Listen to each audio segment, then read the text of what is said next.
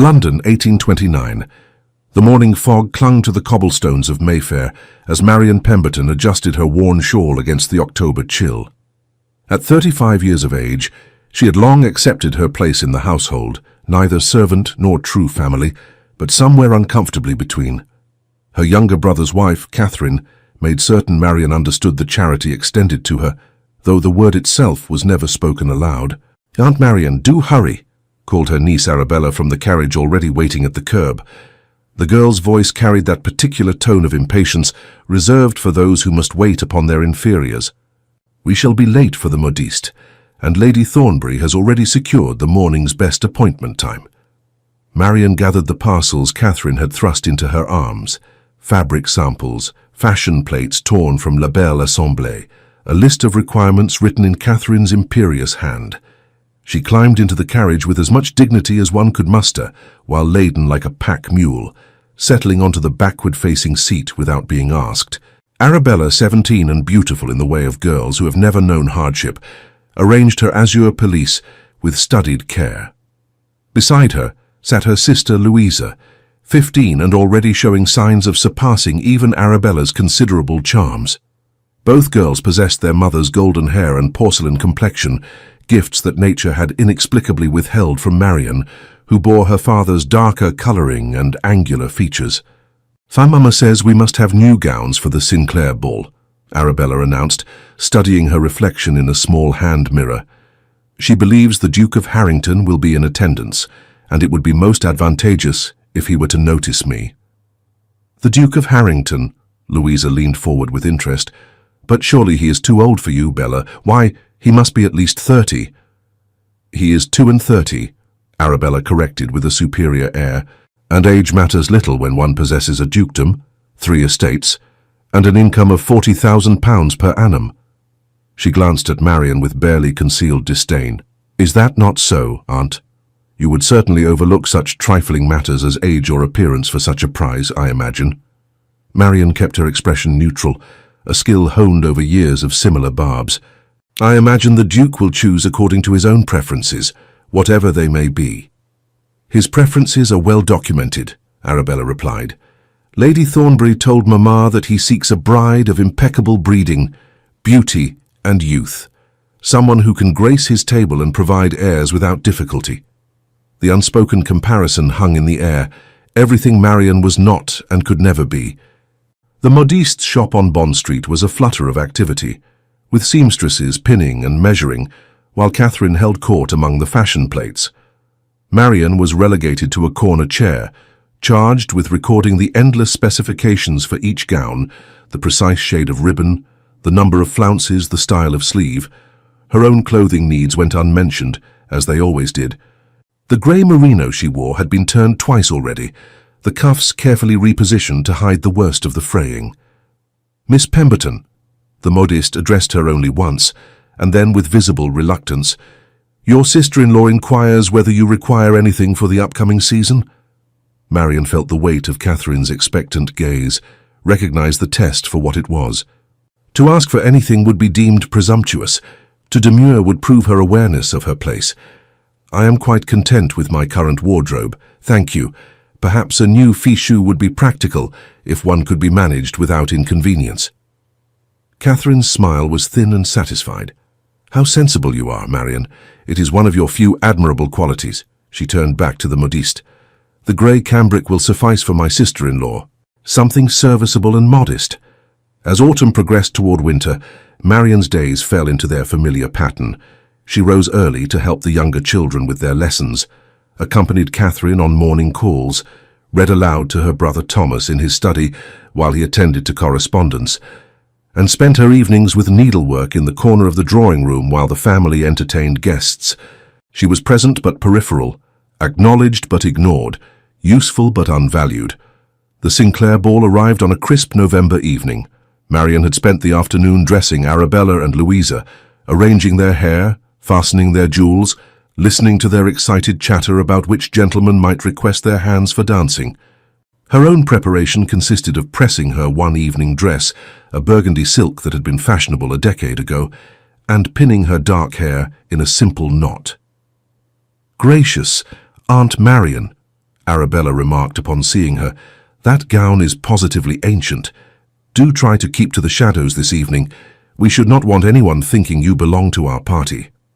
The Sinclair ballroom blazed with candlelight reflected in crystal chandeliers. The cream of London society swirled across the floor in a kaleidoscope of silk and satin, while musicians filled the air with Strauss. Marian followed her family inside, immediately seeking the row of chairs where chaperones and companions gathered, those women rendered invisible by age or circumstance. "Mrs. Blackwood," she greeted the elderly widow beside her, a woman whose acid tongue was legendary among the ton. "Miss Pemberton. Come to watch your nieces collect admirers like posies, have you?" Mrs. Blackwood's eyes, sharp despite her 70 years, missed nothing. "That elder one has set her cap for the Duke of Harrington, unless I miss my guess." "So I understand," Marian replied neutrally. "Ambitious chit. The Duke is not so easily caught as all that." Mrs. Blackwood leaned closer, her voice dropping conspiratorially. "They say he has exacting standards. His late mother was a woman of exceptional character, and he seeks the same in a wife. Beauty alone will not suffice." Marian watched Arabella curtsy to a succession of young men, her laugh carefully modulated to suggest delight without enthusiasm, interest without eagerness. It was a performance Marian had witnessed countless times, and she found herself wondering what it must be like to perform perpetually, to never simply exist as oneself. The evening proceeded as such events always did. Marian accepted a glass of orgeat from a passing footman, made conversation with other wallflowers, and tried not to notice how carefully people's eyes slid past her, as though meeting her gaze might somehow acknowledge her existence in ways that made them uncomfortable. She had become expert at rendering herself negligible, at occupying space without claiming it. She did not notice him at first. The Duke of Harrington entered without fanfare during a country dance. His arrival marked only by the subtle shift in the room's energy, the way conversations paused mid-sentence and eyes turned as though pulled by invisible threads. Marian, intent on retrieving a dropped fan for Mrs. Blackwood, only looked up when the elderly woman gripped her arm with surprising strength. "The Duke," Mrs. Blackwood breathed. "Via merciful heavens, the man has presence." Marian followed her gaze to the figure now standing near the ballroom entrance. The Duke of Harrington was not what she had expected. Society's description had led her to anticipate someone polished and remote, a man whose wealth and position rendered him somehow separate from common humanity. Instead, she saw someone who appeared almost uncomfortable with the attention directed his way, his posture suggesting he would prefer to be anywhere else. He was tall, certainly, with the bearing of someone accustomed to command, but there was nothing arrogant in his manner. His features were strong rather than handsome, a face more interesting than beautiful, with intelligent grey eyes that surveyed the room with what Marian recognized as carefully concealed weariness. His evening clothes were impeccably tailored but understated, speaking of wealth secure enough not to proclaim itself. "They say he rarely attends such functions," Mrs. Blackwood continued. "His estates keep him occupied, and he finds society rather tiresome. Lady Sinclair must have employed considerable persuasion to secure his presence." Within moments, the Duke was surrounded by eager mammas and their daughters. Arabella positioned herself strategically, managing an introduction through Lady Thornbury. Marian watched her niece execute a flawless curtsy, saw the Duke bow with courteous but distant politeness, observed the brief exchange of pleasantries before another young lady claimed his attention. The ballet continued for nearly an hour, with the Duke displaying remarkable patience as he was introduced to what seemed like every unmarried woman in London. He danced twice, once with Lady Sinclair's daughter, once with the daughter of an earl, and spent the remainder of his time in conversation with older gentlemen, clearly preferring political discussion to flirtation. Marian was making her way toward the retiring room when catastrophe struck. A young woman, laughing over her shoulder at something her companion said, stepped backward directly into Marian's path. The collision was inevitable. Marian stumbled, her worn slipper catching on the hem of her gown, and fell forward with enough momentum to careen into a footman carrying a tray of champagne glasses. The crash echoed across the ballroom like a thunderclap. Crystals shattered against marble, champagne sprayed in a golden arc, and Marian found herself sprawled on the floor in a puddle of wine and broken glass, her ancient dress now soaked and her dignity in similar ruins. The music stopped. Conversations ceased. Into the terrible silence, Arabella's voice rang out with horrified clarity. "Oh, for heaven's sake, she is not with us. I have never seen that woman before in my life." The denial burned worse than any physical injury. Marian remained on the floor, her hands cut from the broken glass, her face burning with humiliation, while dozens of eyes stared with varying degrees of pity and amusement. A servant rushed forward with a cloth, but Marian waved him away, determined to extract herself without creating further spectacle. A hand appeared in her line of vision, palm up, steady and expectant. Marian followed the hand to its owner and found herself looking up into the face of the Duke of Harrington. He stood over her, his expression grave but not unkind, his offered assistance brooking no refusal. "Allow me," he said quietly. His voice was deeper than she had expected, with a quality she could not quite name, something genuine beneath the formal courtesy. Marian placed her hand in his, feeling the strength of his grip as he drew her effortlessly to her feet. Her legs trembled beneath her, whether from shock or shame she could not say. The Duke's other hand moved to steady her elbow, his touch firm but gentle.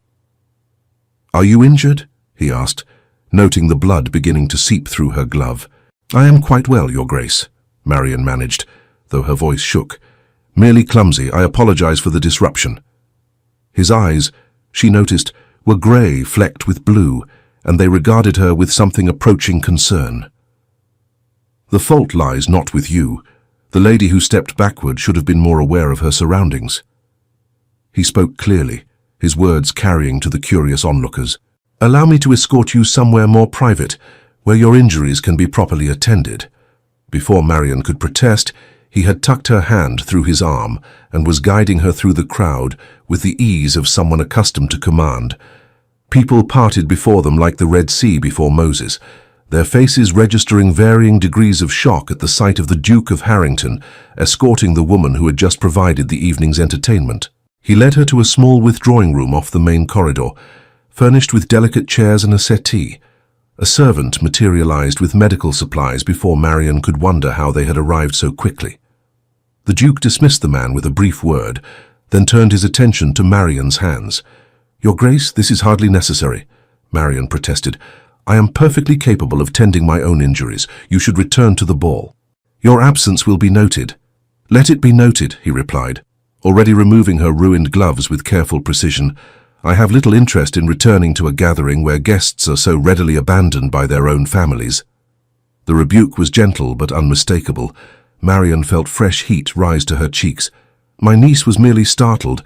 She did not mean—" "Your niece," the Duke interrupted, displayed a shocking lack of character, as did everyone else who stood gawking rather than offering assistance. He examined her palms, noting the several cuts marring her skin. "These will need cleaning." The glass was filthy. He worked with surprising competence, cleaning the wounds with careful attention before applying basilicum powder and wrapping her hands in clean linen. His touch was gentle, his manner focused, as though the task required his complete concentration. Marian found herself studying his face, the strong line of his jaw, the small scar near his left temple, the way his brow furrowed slightly as he worked. "You have done this before," she observed. A slight smile curved his mouth. "I have spent considerable time on my estates. One learns to tend injuries when the nearest physician is an hour away. My steward fell from a horse last spring and dislocated his shoulder. I managed the reduction myself." How resourceful. Marian was surprised to find herself relaxing despite the bizarre circumstances. There was something inherently calming about the Duke's presence, a quality of steadiness that invited trust. "Necessity rather than virtue," he replied, securing the final bandage. He sat back, examining his work with satisfaction before meeting her eyes. "There. You should heal cleanly, though I recommend avoiding champagne trays for the immediate future." The unexpected humor startled a laugh from Marian, quickly suppressed. "I shall endeavor to give all beverages a wide berth, Your Grace." "William," he said suddenly, When we are private, I prefer William. Marian blinked, uncertain how to respond to such familiarity from a man she had met mere minutes ago. That would be most improper, Your Grace. Most things worth doing are... He studied her with those disconcerting grey eyes. You have not told me your name. Marian Pemberton. Miss Pemberton, then. He rose, offering his hand to help her stand. May I return you to your family, or would you prefer to remain here until the gossips find fresh meat to devour? The thought of facing Arabella and Catherine filled Marian with dread, but remaining hidden seemed cowardly. I should return. They will be concerned. Something flickered in the Duke's expression, doubt, perhaps, or knowing disbelief, but he merely inclined his head. As you wish. However, I would ask one favour before we return to the fray. Your Grace? Grant me the honour of the supper dance. Marian stared at him, convinced she had misheard. I beg your pardon. The supper dance, he repeated patiently. I should like to partner you if you are willing. Your Grace, that is, surely you must realize... Marian gestured helplessly at her ruined gown, her bandaged hands, the general catastrophe of her appearance. I am hardly fit to be seen, much less to dance with a duke. You appear perfectly acceptable to me, William replied with infuriating calm. A bit damp, perhaps, but nothing that renders you incapable of basic movement. Unless your injuries prevent dancing, I should not wish to cause you pain. My hands are merely scratched, but then I see no impediment. He offered his arm once more. Come. Let us give society something truly worthy of gossip. The return to the ballroom was every bit as excruciating as Marian had feared. Conversations halted mid-sentence as they entered. Eyes tracked their progress across the floor with the intensity of hounds sighting a fox. Catherine's face registered shock quickly masked by calculation, while Arabella looked as though she might swoon from mortification. True to his word, the Duke remained at Marian's side until the supper dance began. When the opening strains of a waltz filled the ballroom, he led her onto the floor with the same quiet confidence he had displayed throughout their acquaintance. Marian, who had not danced in years, found herself following his lead with surprising ease. You dance well, he observed, as they turned in time to the music. You sound surprised. I am surprised by a great many things this evening. His hand at her waist was warm through the damp fabric of her gown, not least by the discovery that the most interesting person at this tedious affair was hiding among the chaperones. Marian glanced up sharply, searching for mockery in his expression. She found only genuine regard. Your Grace, I fear you are mistaken. I am quite possibly the least interesting person in this room. That is demonstrably false. You are certainly the most honest. How could you possibly know that? Your niece denied knowing you to save herself embarrassment. You could have done the same, claimed no relation, protected yourself from association with her callousness. Instead, you said nothing. You allowed her denial to stand unchallenged rather than create further scene. He paused, then added quietly, that speaks to character far more eloquently than any profession of virtue. The observation struck Marian like a physical blow. She had thought no one noticed, that her silence had been merely another instance of her invisibility.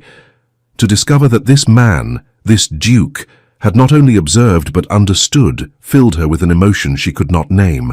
I'm accustomed to being overlooked, she said finally. It seemed easier to accept. Easier for whom?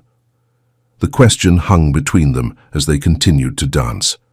Around them, other couples swirled in elegant patterns, but Marian was aware only of the Duke's steady presence, his intelligent eyes, the way he seemed to truly see her when everyone else looked through her like glass.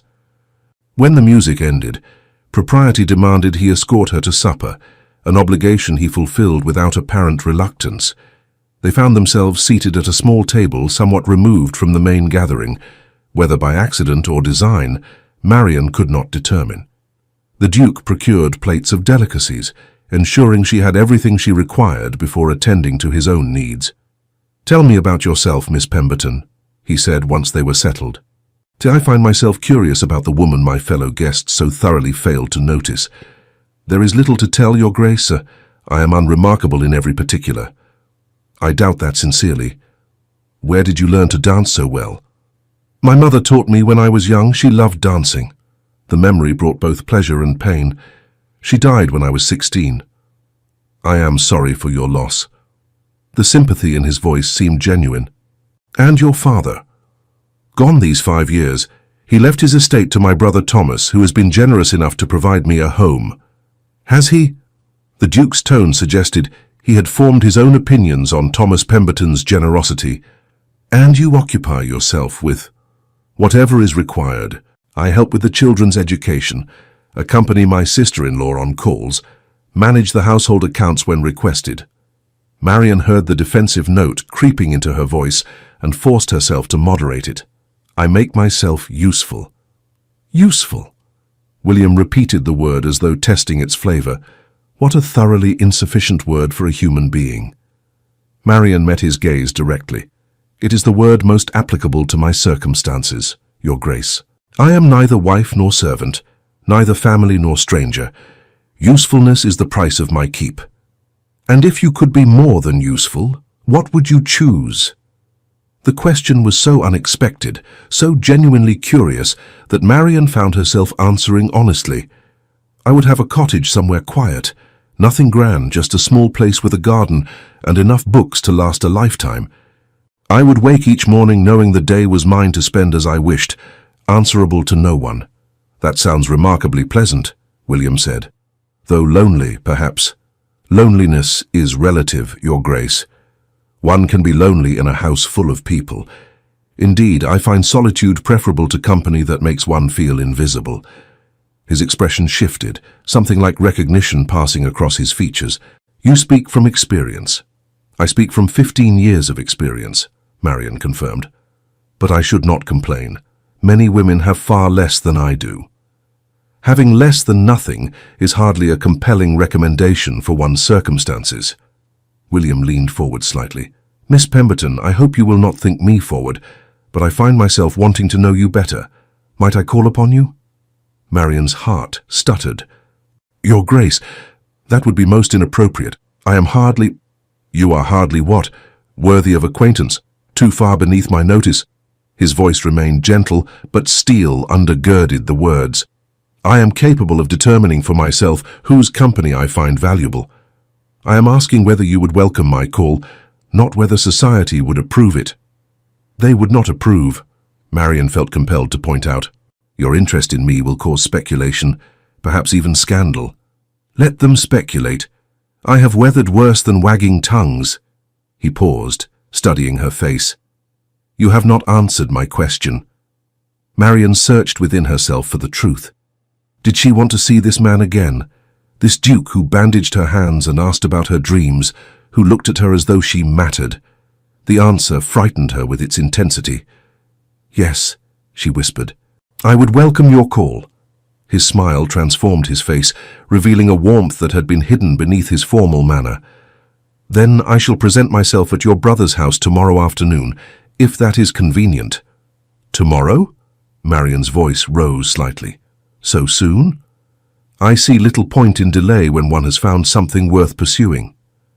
The return journey to her brother's house was accomplished in tense silence. Catherine sat rigid with barely suppressed fury, while Arabella radiated wounded pride. Thomas, who had witnessed the evening's events with typical oblivious contentment, seemed puzzled by the charged atmosphere. Extraordinary thing, the Duke dancing with Marian as he ventured. Very civil of him after your tumble. Decent fellow, Harrington. We discussed agricultural reform for half an hour.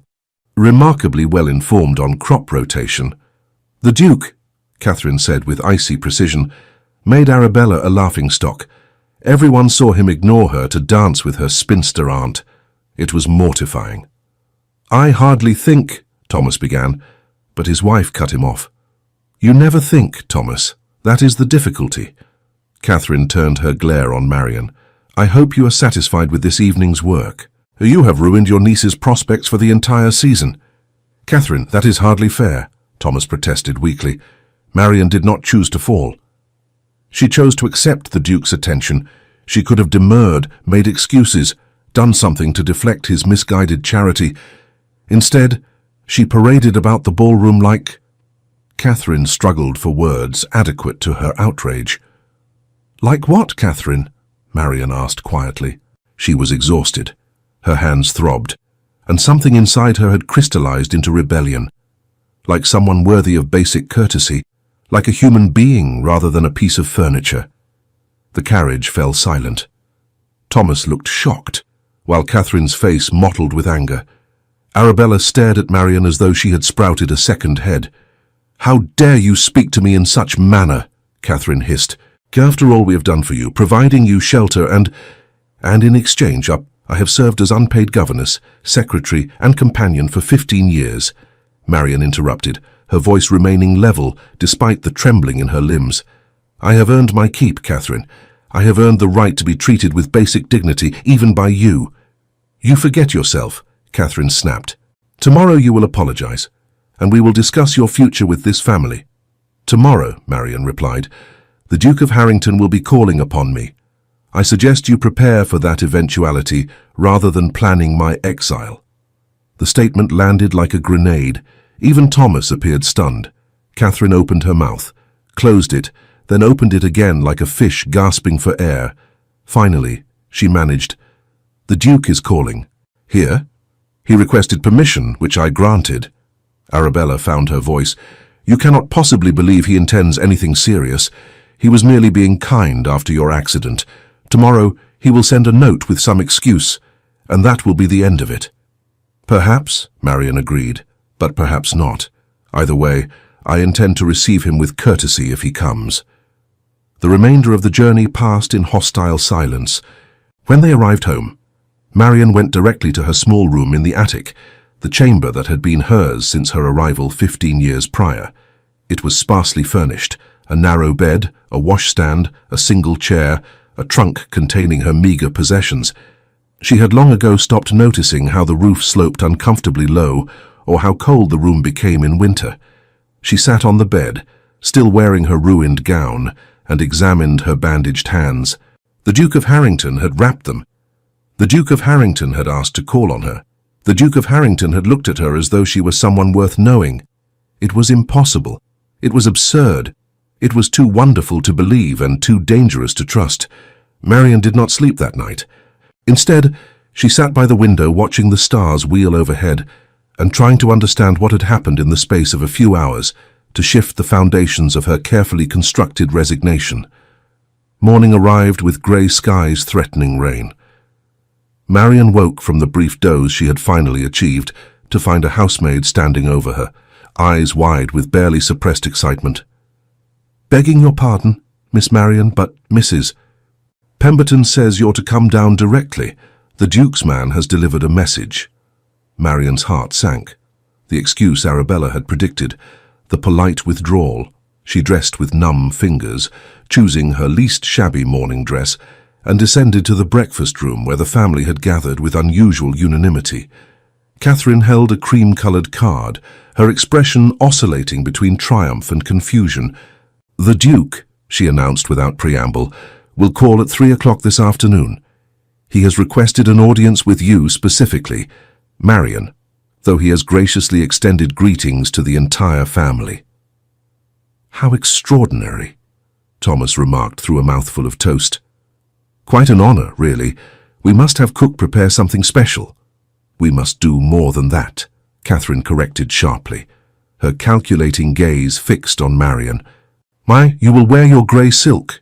Your hair must be properly dressed. Arabella will lend you her pearl earbobs. When the Duke arrives, you will comport yourself with the utmost propriety and defer to Arabella at every opportunity." "I beg your pardon," Marian said carefully. "It is obvious the Duke's interest stems from sympathy after your accident. He is a gentleman performing what he perceives as his duty. However, once here, he will naturally notice Arabella's superior qualities. You will facilitate this by ensuring she is prominently featured in all conversation." The command was so breathtakingly presumptuous that Marian almost laughed. "Catherine, I hardly think—" "It is not your place to think," Catherine interrupted. "It is your place to obey. This family has sheltered and fed you for 15 years. The least you can do is show gratitude by assisting your niece in securing the most advantageous match available." Marian looked at her brother, waiting for him to intervene.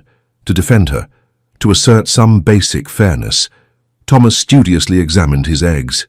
Arabella smirked. Louisa watched with wide eyes but remained silent. "No," Marion said quietly. Catherine's head snapped up. "I beg your pardon."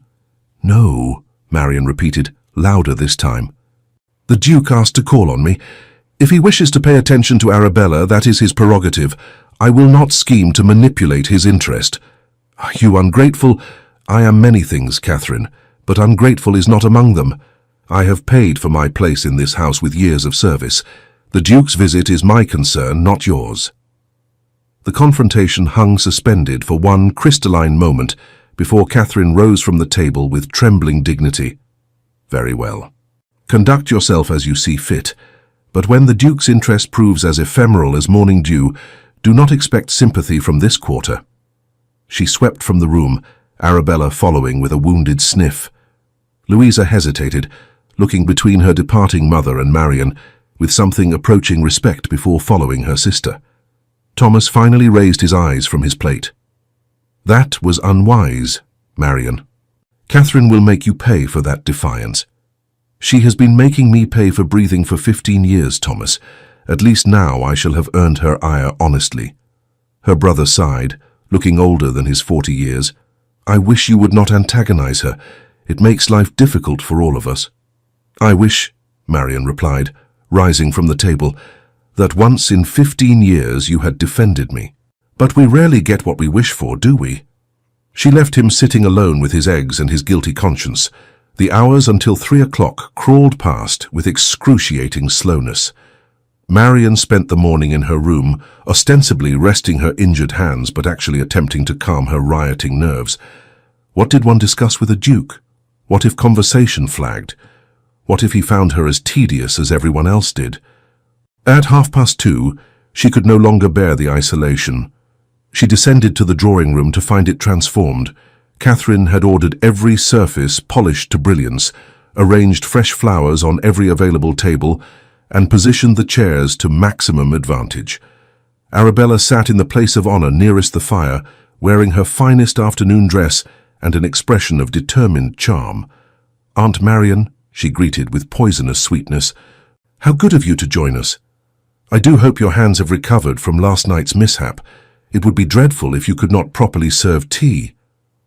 The implication was clear. Marion was to play servant to Arabella's lady. Before she could respond, the mantel clock struck 3, and moments later, the butler announced, "His Grace, the Duke of Harrington." William entered the drawing room with the same quiet confidence Marion remembered from the previous evening. He was dressed for paying calls, his attire impeccable without being ostentatious. His eyes swept the assembled family before settling on Marion with unmistakable warmth. "Miss Pemberton," he bowed over her hand, careful of her bandages. "How delightful to see you again. I trust you are recovering well." "Quite well, Your Grace. Thank you for your continued concern." "Your Grace," Catherine interposed herself between them with practiced skill. "How gracious of you to call. May I present my daughter, Miss Arabella Pemberton? I believe you were briefly introduced last evening before that unfortunate incident." William turned his attention to Arabella with courteous interest. "Miss Arabella, a pleasure." Arabella executed a perfect curtsy, her smile dazzling. "The pleasure is entirely mine, Your Grace. We are all so grateful for your kindness to Aunt Marion last evening. It was quite heroic of you to assist her after her clumsy tumble." "I found nothing clumsy in the incident," William replied mildly. "Accidents occur, particularly when people are careless of others' presence. The fault lay entirely with the lady who stepped backward without looking." The gentle rebuke hung in the air. Catherine rushed to fill the awkward silence. "Do sit, Your Grace. Marion, pour tea for His Grace." "Your Grace, how do you take your tea? I would be honored if Miss Pemberton would join me," William said, gesturing to the settee. "I have questions about the book I noticed her reading last evening." Marion, who had been reading nothing the previous evening, understood the diplomatic fiction for what it was, a means of securing private conversation. She settled onto the settee, acutely aware of Catherine's disapproving glare. "You have excellent powers of observation, Your Grace," she said as she prepared his tea. I confess I do not recall which book you might have seen. It appeared to be a volume of Wordsworth. William replied smoothly. I am partial to his work myself. Do you enjoy the romantic poets, Miss Pemberton? Very much, though I find Byron somewhat overwrought for my taste. A woman of sense. Byron's dramatic excess becomes tiresome after prolonged exposure. His eyes glinted with amusement, though I suspect admitting such an opinion is unfashionable. Fashion has never been my strength, Marian admitted. Then we have yet another trait in common. The conversation flowed with surprising ease. William proved knowledgeable about literature, music, and a dozen other topics rarely discussed in mixed company. He solicited Marian's opinions and listened to her responses with genuine attention. When Arabella attempted to interject comments about poets she had clearly never read, William acknowledged her politely before returning his focus to Marian. Catherine's frustration became palpable. She tried repeatedly to redirect the conversation, to highlight Arabella's accomplishments, to remind the Duke of her daughter's superior claims to his attention. William remained unfailingly courteous but unmoved. Finally, after an hour that seemed to pass in minutes, William rose to take his leave. Thank you for the delightful afternoon, Mrs. Pemberton, Miss Arabella. He turned to Marian, his expression warming. Miss Pemberton, I wonder if you might be interested in viewing the botanical exhibition at the Horticultural Society next week. They are featuring specimens from the Orient, which I recall you mentioning an interest in yesterday. Marian had mentioned no such thing, but she understood the invitation for what it was, a public declaration of continued interest. I should like that very much, Your Grace. Excellent. I shall send word regarding the particulars. He bowed over her hand once more, his thumb brushing the edge of her bandage in a gesture that felt almost like a caress. Until then, Miss Pemberton. The moment the door closed behind him, Catherine erupted. How dare you monopolize his attention? You were meant to facilitate conversation with Arabella, not engage in your own displays of learning. The Duke sought my company specifically, Marian replied with uncharacteristic firmness. I would have been rude to redirect his attention elsewhere. Rude? You speak to me of rudeness when you have just sabotaged your niece's prospects. I have done nothing of the sort. If the Duke wished to converse with Arabella, nothing prevented him. He could not ignore you without appearing discourteous, Arabella cried. Tears of frustration bright in her eyes. You trapped him with your presence. Thomas, who had observed the visit from the corner chair, finally intervened. Come now, this is unreasonable. The Duke made his preferences quite clear. We should respect them. You would say that, Catherine snapped. You have always been too lenient with your sister. Well, I will not stand idly by while she ruins Arabella's future. Marian, you will decline the Duke's invitation. I will not. You forget yourself. You live in this house by our sufferance. You will obey my directives, or find yourself seeking alternative arrangements. The threat hung in the air, ugly and unmistakable. Marian felt her hard-won composure begin to crack. Where would she go? She had no money, no prospects, no skills beyond those of a genteel companion. Catherine held all the power, and both women knew it. Into the taut silence, Thomas spoke with uncharacteristic firmness. Catherine, you go too far. Marian is my sister. She will not be cast out because a duke finds her company pleasant. Catherine turned on him with fury. You spineless fool! Can you not see what is happening? The Duke is amusing himself with your aged sister, while every eligible girl in London throws herself at his feet. When he tires of his little experiment, Marian will be revealed as a laughingstock, and Arabella's reputation will be tarnished by association. Then perhaps Arabella should focus on attracting gentlemen more suited to her age and temperament, Thomas replied. The Duke of Harrington is clearly not interested in simpering girls. Marian seems to suit him admirably. Suit him? Catherine's voice climbed to a near shriek. You cannot possibly believe he intends anything serious. He is a duke, Thomas. Men of his rank do not marry impoverished spinsters of 35. I am 35, Marian corrected quietly. And I have no expectations of marriage, Catherine. The Duke has offered friendship, which I am pleased to accept. Nothing more. But even as she spoke the words, a traitorous part of Marian's heart whispered that perhaps, impossibly, There might be more. The way William had looked at her, the warmth in his voice, the careful attention to her comfort, these suggested feelings beyond mere friendship. She crushed the hope ruthlessly. Catherine was right about one thing. Dukes did not marry women like Marion Pemberton. The week preceding the botanical exhibition passed in an atmosphere of cold hostility. Catherine spoke to Marion only when absolutely necessary, her tone frigid with disapproval. Arabella maintained wounded silence, punctuated by occasional dramatic sighs. Even the servants seemed uncomfortable, caught between their mistress's obvious anger and their curiosity about Marion's unlikely courtship. Only Louisa proved an ally. The younger girl sought Marion out in her attic room the night before the planned outing. "Aunt Marion, may I speak with you?" "Of course, Louisa. Come in." Marion moved her mending aside, making room on the narrow bed. Louisa settled beside her, worrying her lower lip. "I wanted to say I think Mamma is being beastly. The Duke is clearly fond of you. I cannot see why that should be cause for outrage." "Your mother wants the best for Arabella," Marion said carefully. "She sees the Duke as a prize that should go to someone young and beautiful. But he chose you," Louisa pointed out with adolescent directness. "Does not his choice matter?" "It should," Marion agreed. "But society rarely values personal preference over what is deemed appropriate." "That seems terribly unfair." Louisa was quiet for a moment, then asked shyly, "Do you love him, Aunt Marion?" The question pierced Marion like a blade. Did she love William? They had met only twice and conversed for a few hours total. Love required time to develop, shared experiences, mutual understanding. And yet there was something about him, his kindness, his intelligence, the way he made her feel seen after years of invisibility, that had already burrowed into her heart. "I hardly know him well enough for love," Marion replied, evading the question. "But you could," Louisa persisted. "If given the chance, you could love him." "Perhaps.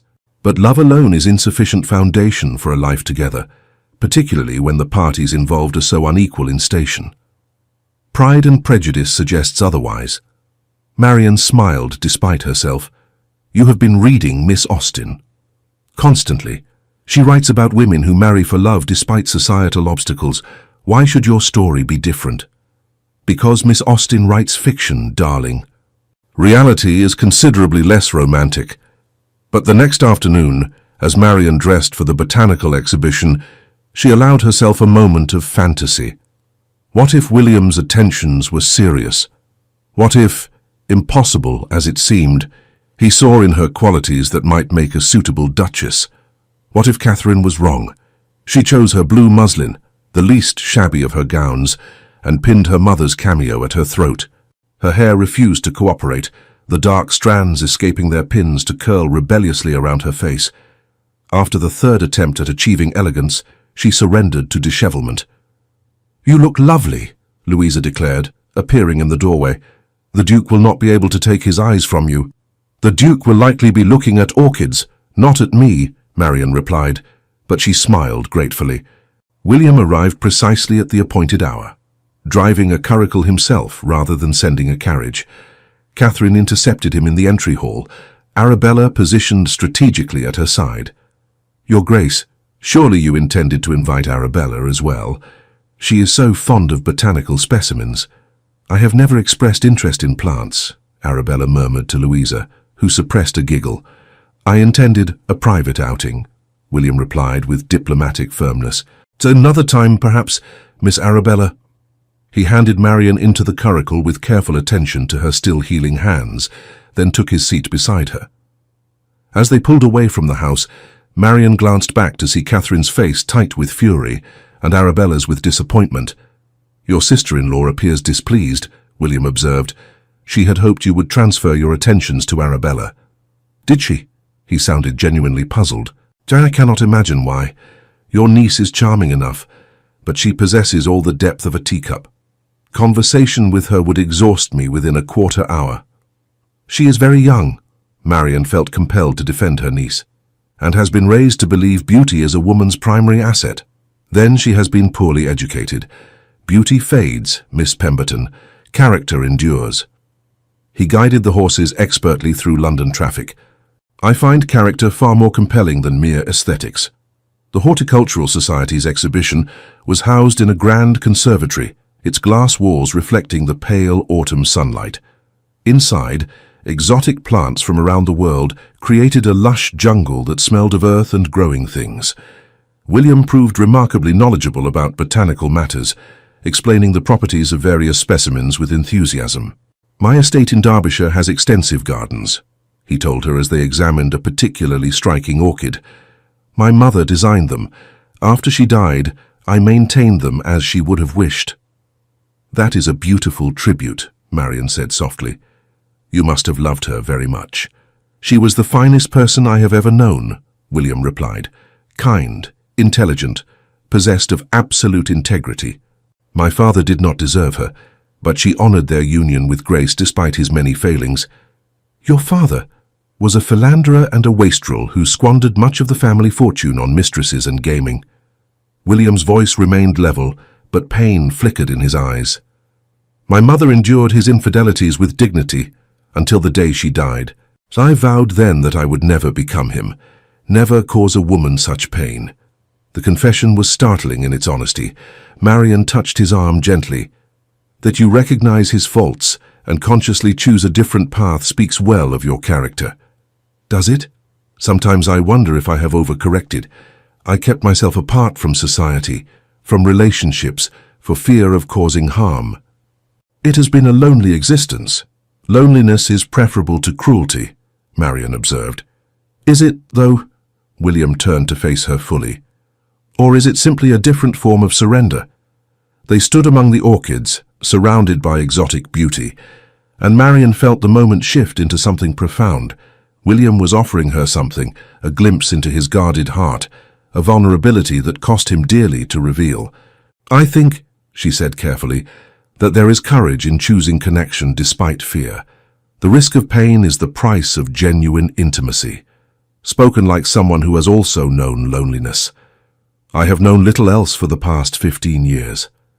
William's hand moved to cover hers where it rested on his arm. "Then perhaps we might ease each other's solitude." The words were gentle, almost casual, but Marion heard the weight behind them. This was courtship, she realized with dawning wonder. Careful, respectful courtship from a man who valued her thoughts and sought her company. It was so different from the frenzied social maneuvering she had observed in Arabella's pursuit of eligible men that she almost failed to recognize it.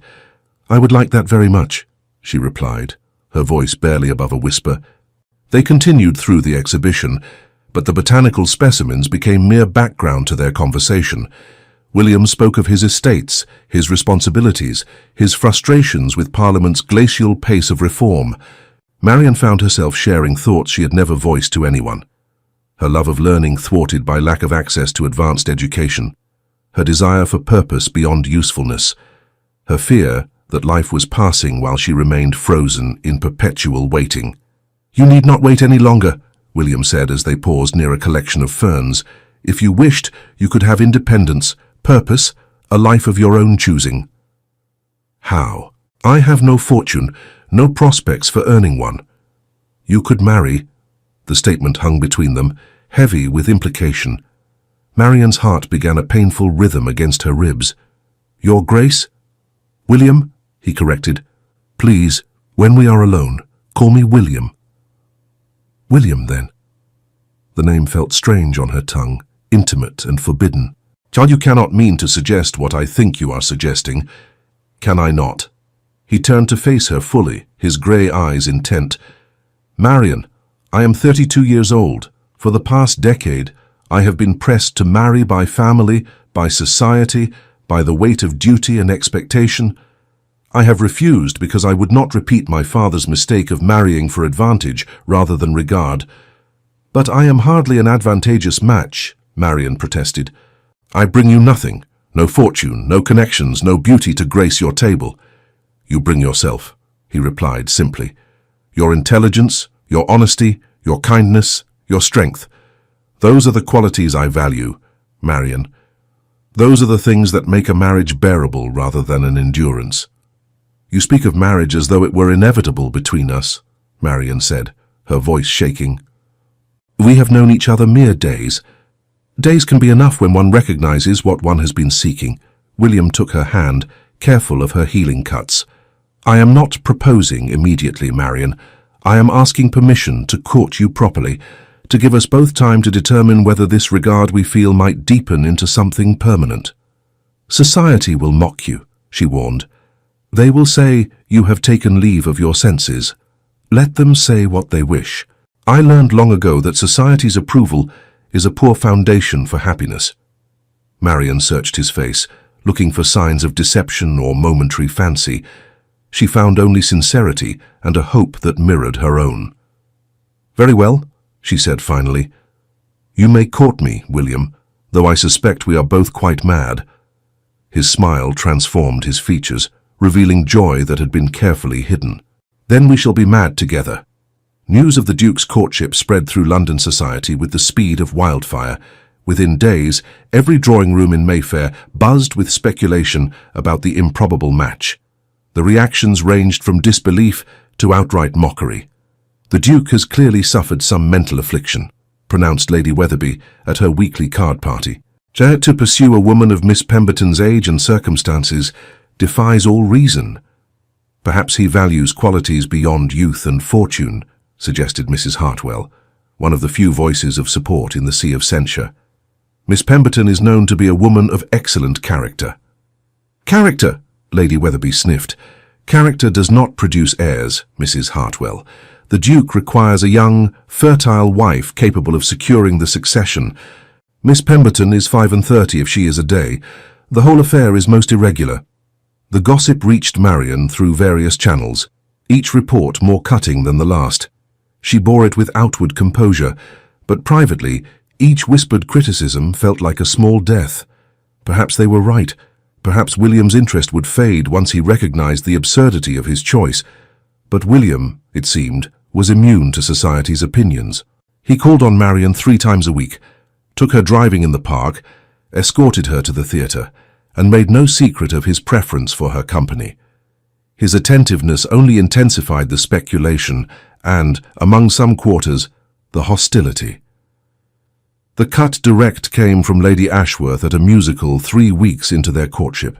Marion had accompanied the Pemberton family to the event, hoping to demonstrate that she was not some grasping adventuress, but merely a woman accepting the respectful attentions of a gentleman.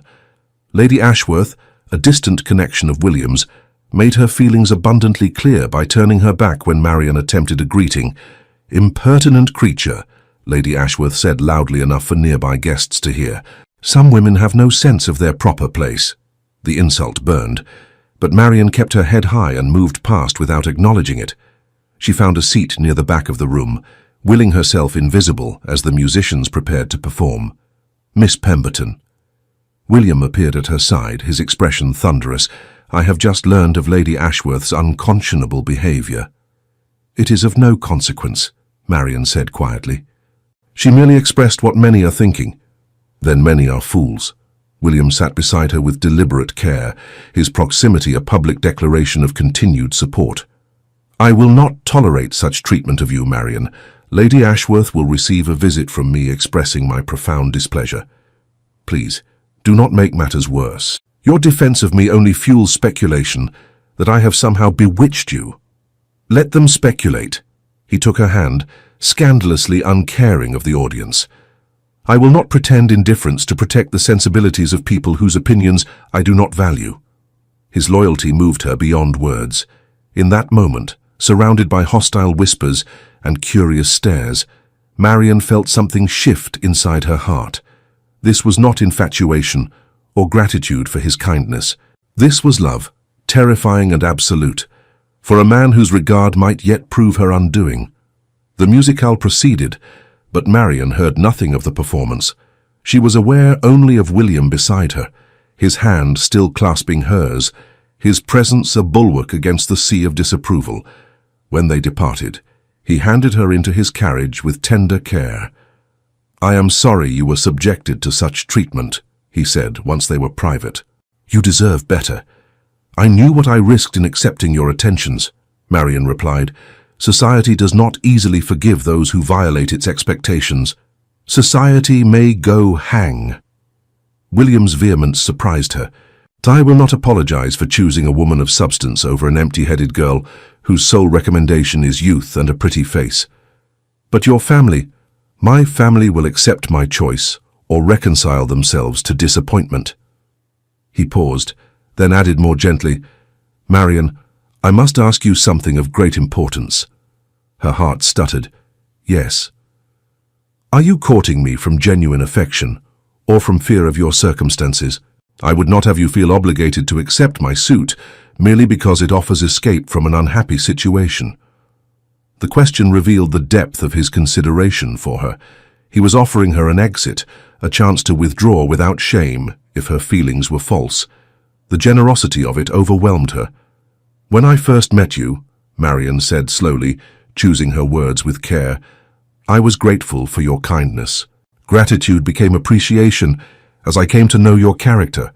Appreciation has deepened into something I hesitate to name, for fear of presuming too much. Name it, William urged softly. Please. Love, she whispered. I have come to love you, William, though I know it is foolish and dangerous and likely to end in heartbreak. He was silent for so long that Marian feared she had erred catastrophically. Then he raised her hand to his lips, pressing a kiss to her knuckles that sent warmth flooding through her entire body. Not foolish, he said against her skin, not dangerous. And I swear on my life, Marian, it will not end in heartbreak, not if I can prevent it. You cannot control society's censure or the obstacles we face. No, but I can control my own constancy. He met her eyes, his expression solemn. I love you, Marian Pemberton. I have loved you since you stood in that ballroom covered in champagne and looked at me without calculation or guile. I will continue to love you regardless of what the gossips say or how difficult the path ahead may prove. The declaration should have filled her with joy. Instead, Marian felt fear clutch at her heart. And when you tire of fighting for me, when the constant battle against society's disapproval becomes exhausting, what then, William? Then we shall rest together and gather strength for the next engagement. He cupped her face with one hand, his thumb brushing her cheek. I am not so weak as to surrender at the first sign of opposition, Marian. If you will have me, I will stand beside you against whatever storms may come. If I will have you, Marian managed a shaky laugh. You are a duke, William. I am nobody. You are everything, he corrected. And I am asking, formally and with full understanding of the implications, whether you will consent to become my wife. The world seemed to hold its breath. Through the carriage window, Marian could see London passing by, the grand houses, the gas lamps beginning to flicker to life, the fashionable people hurrying to their evening engagements. It was a world that had never welcomed her, never valued her, never seen her as anything more than an inconvenient spinster. But William saw her differently. William saw her truly. Yes, she said, the word both surrender and victory. Yes, I will marry you. His kiss was gentle, reverent, and utterly perfect. When they parted, Marian found herself laughing with a joy she had thought forever beyond her reach. We shall have to tell your family, William said, practical even in the midst of emotion. I should formally request your brother's permission. Thomas will grant it eagerly, Marian predicted. Catherine will have an apoplexy. I find I am surprisingly unconcerned with Catherine's medical episodes, William smiled. When shall we make the announcement? Soon, I suppose. There is little point in delay. Marian hesitated, then voiced the fear that had been gnawing at her. William, are you certain? Once we announce our engagement, withdrawing will cause tremendous scandal. You would be forever branded as having jilted me. Your reputation would suffer. My reputation can withstand considerably more damage than a broken engagement, he replied. But I have no intention of jilting you, Marian. I am entirely certain of my choice. The announcement came the following week at a dinner party hosted by William's aunt, the Dowager Duchess of Harrington. The old woman had proven an unexpected ally, declaring that William deserved happiness more than he deserved a politically advantageous match. Besides, she had told Marian during their first meeting, I have met your niece, Arabella. If she represents the alternatives, you are a vast improvement. The girl has the conversational skills of a potted plant. The dinner party was a glittering affair attended by the cream of society. Marian wore her finest gown, a new creation in silver silk that William had insisted on commissioning. Over her strenuous objections, she felt like an impostor among the jeweled ladies and distinguished gentlemen. But William's presence at her side steadied her. The Dowager Duchess made the announcement herself, rising during the dessert course to tap her glass for attention. "My friends, I have the privilege of sharing joyous news. My nephew, the Duke of Harrington, has done me the honor of requesting my blessing for his engagement to Miss Marian Pemberton, which I have gladly given.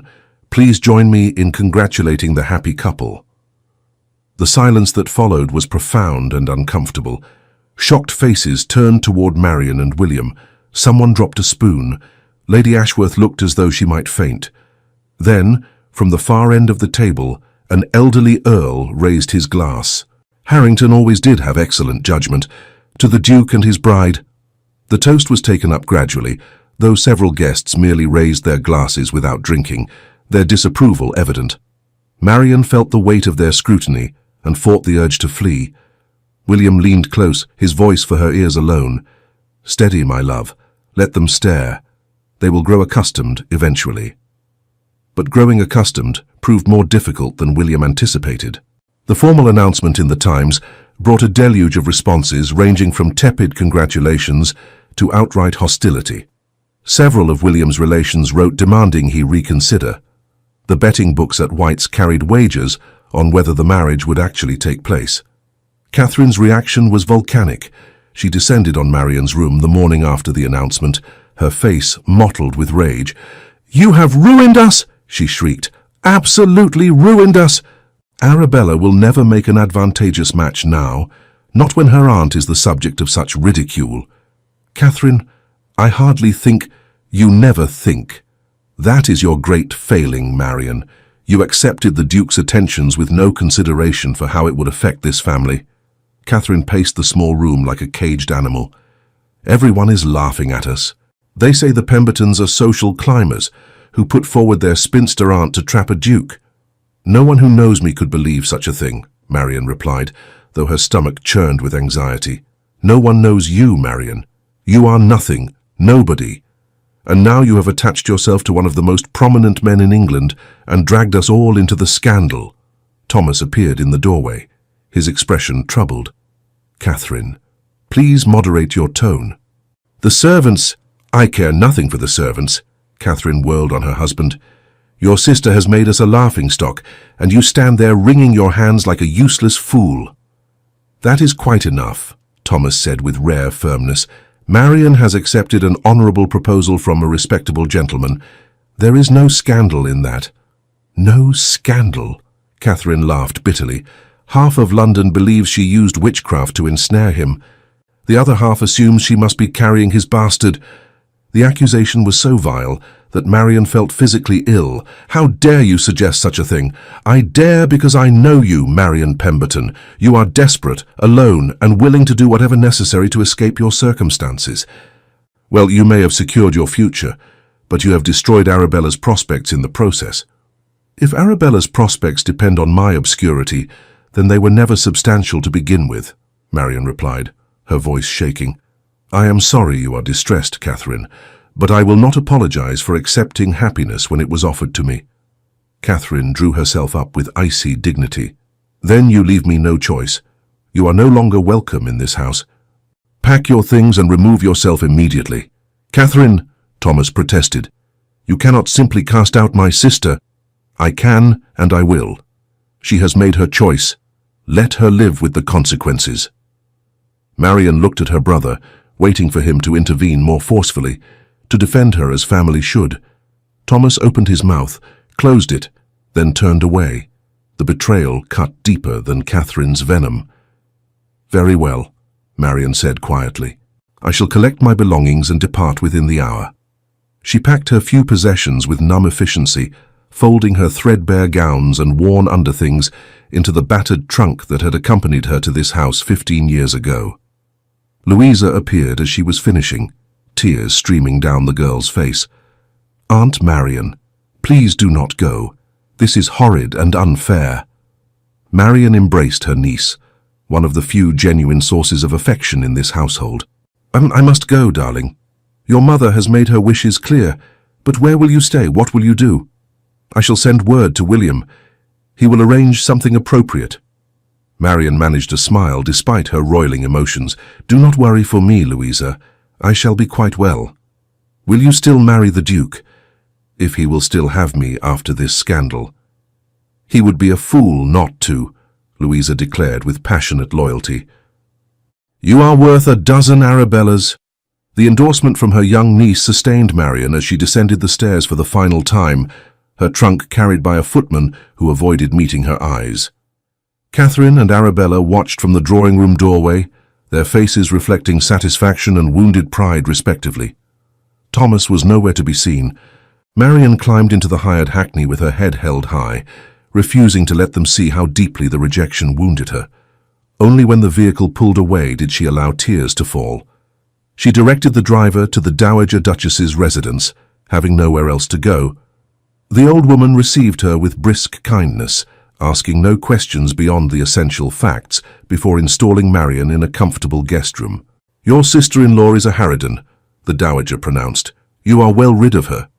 "She is protecting her daughter," Marian replied, unable to completely abandon fairness even now. "She is indulging in hysterics." The Dowager fixed Marian with a penetrating stare. "My nephew will be devastated when he learns of this. He called earlier, but has gone to his club. I shall send word for him to return immediately." William arrived within the hour, his face dark with fury when the Dowager explained the situation.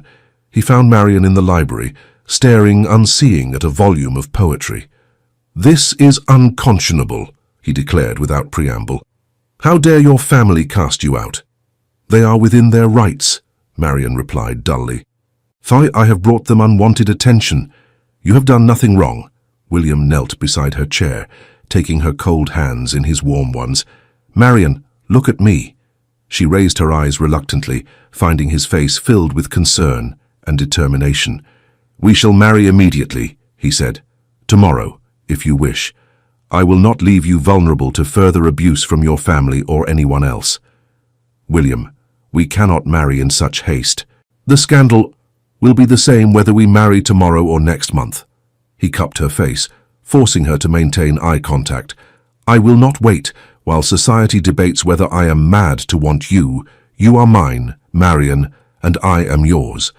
Let us make it official and let the gossips choke on their speculation. Your family will object." "My family's objections are noted and disregarded. My aunt supports the match. The rest of my relations can reconcile themselves to reality or remove themselves from my life." His thumb brushed away a tear she had not realized had fallen. "Say yes, Marian. Let me protect you, as I should have done from the beginning." The temptation was overwhelming. To be married, to have the security of William's name and position, to never again fear being cast out or belittled, it was everything she had never dared hope for. "Yes," she whispered. "Let us marry soon." The wedding took place 1 week later in the private chapel at William's Derbyshire estate. The Dowager Duchess attended, along with a handful of William's closest friends. Marian's family received invitations, but did not respond.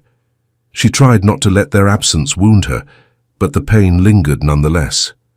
She wore a gown of cream silk, simple but elegant, with William's mother's pearls at her throat. As she walked down the short aisle to where William waited, she was struck by the unreality of the moment. Was this truly happening? Was she, Marian Pemberton, spinster and burden, about to become a duchess? William's expression as she approached answered the question. He looked at her as though she were precious beyond measure, as though her presence bestowed an honor he had not dared hope to receive. When the vicar asked if he took this woman as his wife, his "I do" rang with conviction that left no room for doubt. Marian's own vows caught in her throat, overwhelmed by the enormity of the promise she was making. But William squeezed her hand gently, and she found her voice. "I do." The kiss that sealed their union was brief and chaste, appropriate for the sacred setting. But in that moment of contact, Marian felt years of loneliness and shame begin to dissolve. She was no longer unwanted, no longer invisible. She was William's wife, and that simple fact changed everything. The wedding breakfast was an intimate affair, marked by the dowager's acerbic wit and the genuine warmth of William's few guests. Marian found herself laughing for the first time in weeks, the tension of recent days finally easing. As evening fell, the guests departed, and Marian faced the reality of her wedding night. She knew what was expected, had overheard enough whispered conversations among married ladies to understand the basics, but theoretical knowledge proved inadequate preparation for the reality of following William to the ducal chambers. "You are terrified," he observed, as they stood awkwardly in his bedroom, the massive four-poster bed dominating the space like an accusation. "Not terrified," Marian corrected, "merely anxious.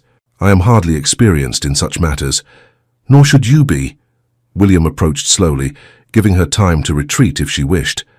"Marian, we need not consummate the marriage tonight if you are uncomfortable.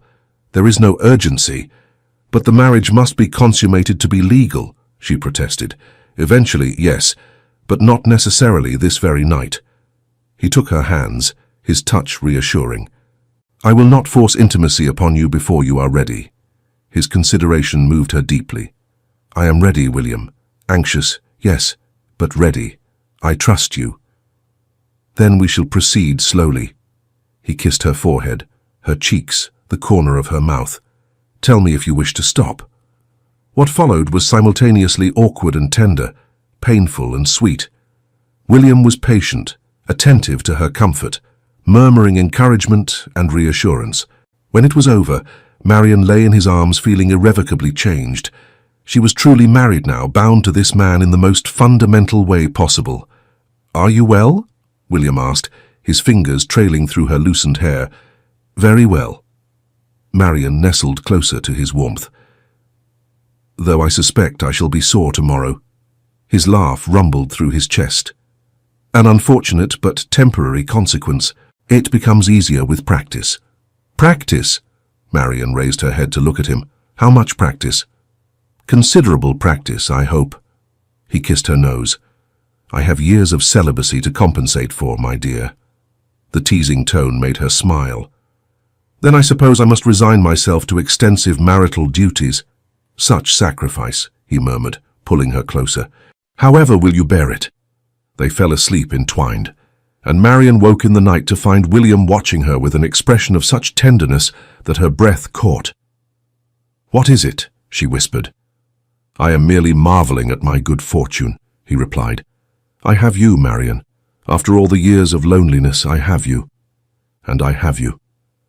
She touched his face, tracing the strong line of his jaw. "I still cannot quite believe it is real."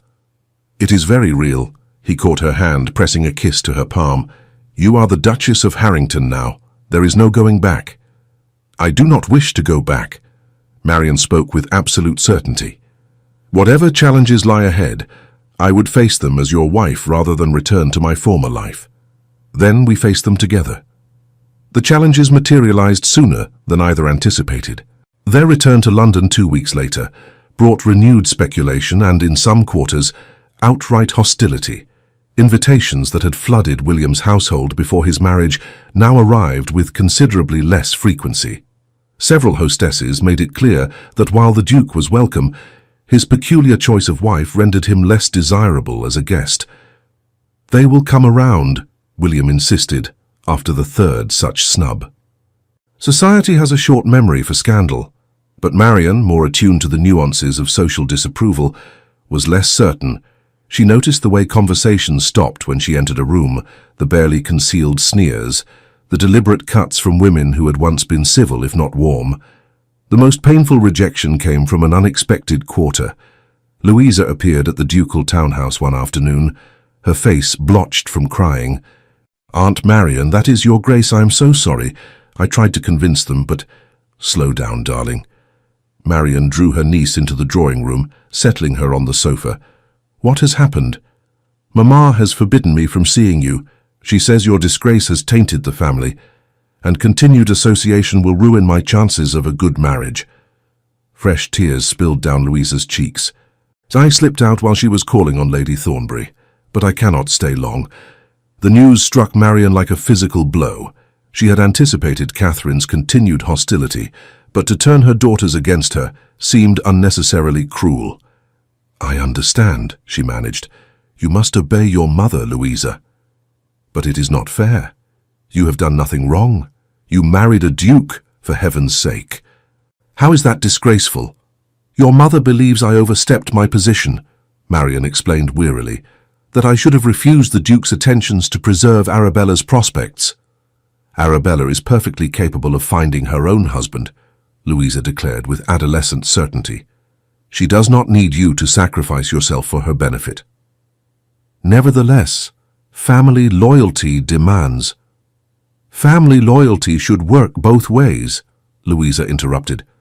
"You have been nothing but kind to all of us, and this is how Mamma repays you. It is horrid." William entered the drawing room, pausing when he saw Louisa's distress. "Miss Louisa, this is an unexpected pleasure." Louisa rose hastily, executing an awkward curtsy. "Your Grace, forgive the intrusion. I merely wished to see my aunt." "You are always welcome here," William said firmly. "You need not ask permission or offer apologies. Consider our home yours whenever you wish to visit.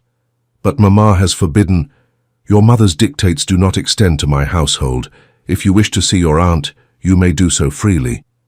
His tone brooked no argument. "I shall have my secretary draft a formal invitation for you to call regularly, which you may present to your mother as social obligation rather than personal choice. She can hardly forbid you to accept an invitation from a duke without causing offense." The strategic thinking behind the offer made Marian love her husband even more. He was not merely defending her, he was actively working to preserve her connections to those family members who valued her. Louisa departed an hour later, fortified by tea and the promise of regular visits. After she left, Marian turned to William with gratitude shining in her eyes. "Thank you. You did not have to offer such generosity to my family after their treatment of you." "I did it for you, not for them," William replied. "You love Louisa. I will not allow petty spite to sever that bond. Catherine will be furious." "Catherine can choke on her fury for all I care." He pulled Marian into his arms, resting his chin atop her head.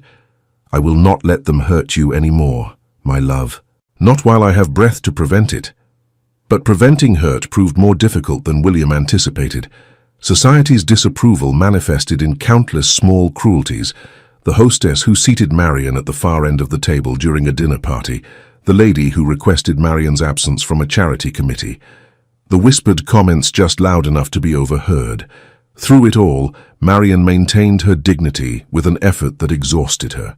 She accompanied William to social events with her head held high, smiled graciously at those who sneered, and pretended indifference to the constant scrutiny. But privately, the weight of society's judgment was crushing her.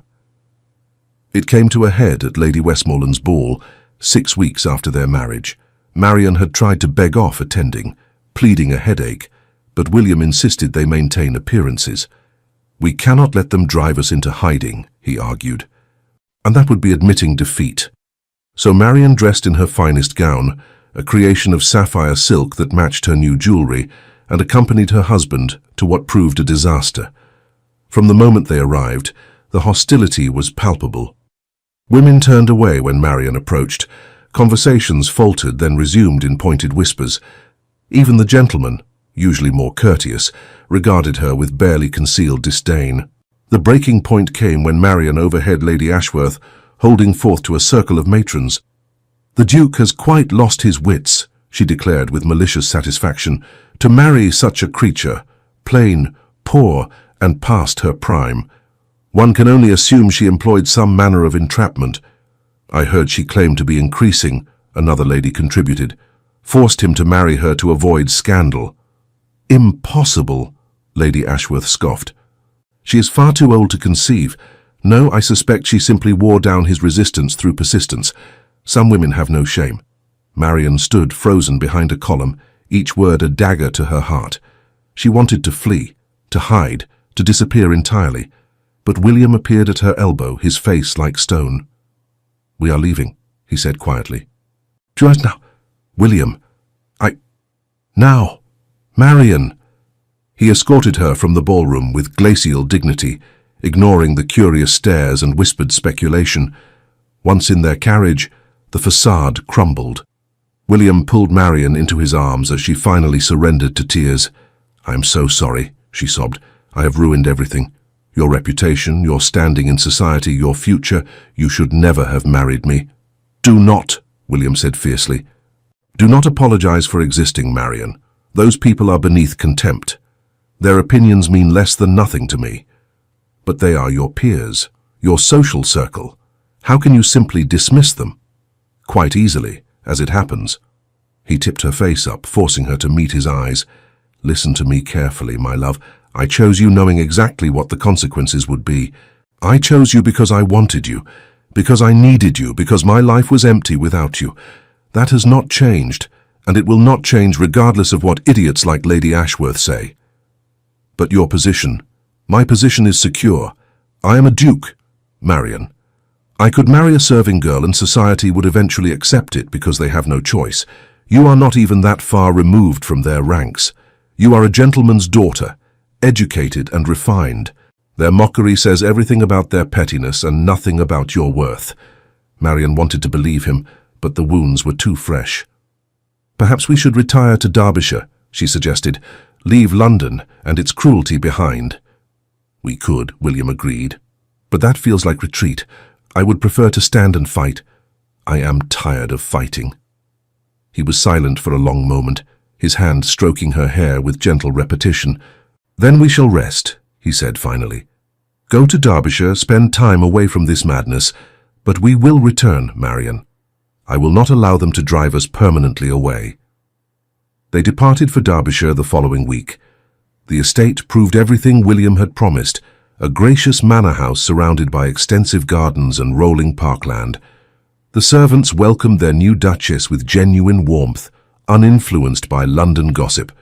For the first time since their marriage, Marian felt she could breathe freely. The days settled into a pleasant rhythm. Mornings were spent exploring the estate or working in the gardens. Afternoons brought reading, correspondence, and quiet conversation. Evenings were devoted to music, cards, and the growing intimacy between husband and wife. Marian discovered that marriage to William was everything she had not dared hope for. He was attentive without being smothering, affectionate without being demanding. They could spend hours in comfortable silence or talk deep into the night about everything and nothing. The physical aspect of their union, initially awkward, had evolved into something beautiful and affirming. "I have never been this happy," she confessed one evening as they sat before the library fire. "Even with all the difficulties in London, this, being your wife, it is more than I ever dreamed possible." William pulled her closer, pressing a kiss to her temple. "Then we are well matched, for you have brought joy I thought forever beyond my reach." The peace lasted 3 months. Then the letter arrived from London, delivered by William's secretary who had remained in town to manage affairs. William read it with growing fury, his expression darkening with each paragraph. "What is it?" Marian asked, alarmed by his reaction. "A letter from my cousin Reginald," William said tightly. "It seems the gossip has taken a more malicious turn. There are rumors that you married me under false pretenses, that you claim to be increasing to force my hand. But that is absurd. We both know. Of course it is absurd. But the rumor has gained traction, apparently, fueled by Lady Ashworth and her circle. Reginald writes that our credibility is suffering. He urges me to address the slander publicly or risk permanent damage to the family name." Marian felt sick. How does one address such lies? What could we possibly say that would convince them? "I have no intention of defending you against such filth," William replied grimly. "But I will not allow Lady Ashworth to spread malicious falsehoods unchecked. I shall return to London and address this directly. I am coming with you. Marian, that may not be wise, confronting your accusers." "I am coming with you," she repeated firmly. "These lies concern me. I will not hide in Derbyshire while you fight alone." William studied her face, seeing the determination there. Finally, he nodded. "Very well. We face this together." The journey back to London was accomplished in tense silence, both of them preparing mentally for the battle ahead. William's strategy was simple: confront Lady Ashworth directly and demand a public retraction of her claims. Marian's role was to stand beside him, visible proof of her dignity and his continued regard. They went first to Lady Ashworth's residence, requesting an audience that could not be refused without causing offence. The lady received them in her drawing room, her expression suggesting she had bitten into something sour. "Your Grace," she greeted William with a curtsy, pointedly ignoring Marian. "To what do I owe this unexpected visit?" "You know precisely why I am here, Lady Ashworth," William replied coldly. "Shall the rumours you have been spreading about my wife cease immediately, or I shall make you regret ever learning her name?" Lady Ashworth's eyes widened with feigned innocence. "Rumours? I am certain I do not know what you mean, Your Grace."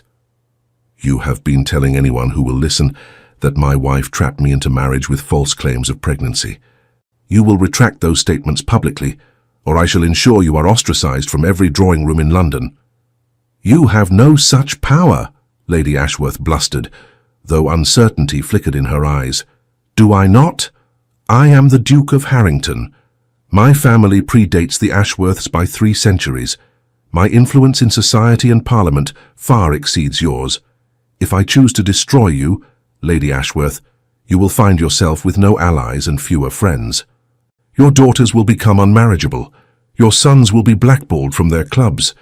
Is your petty malice worth such consequences?" The threat was delivered with icy precision.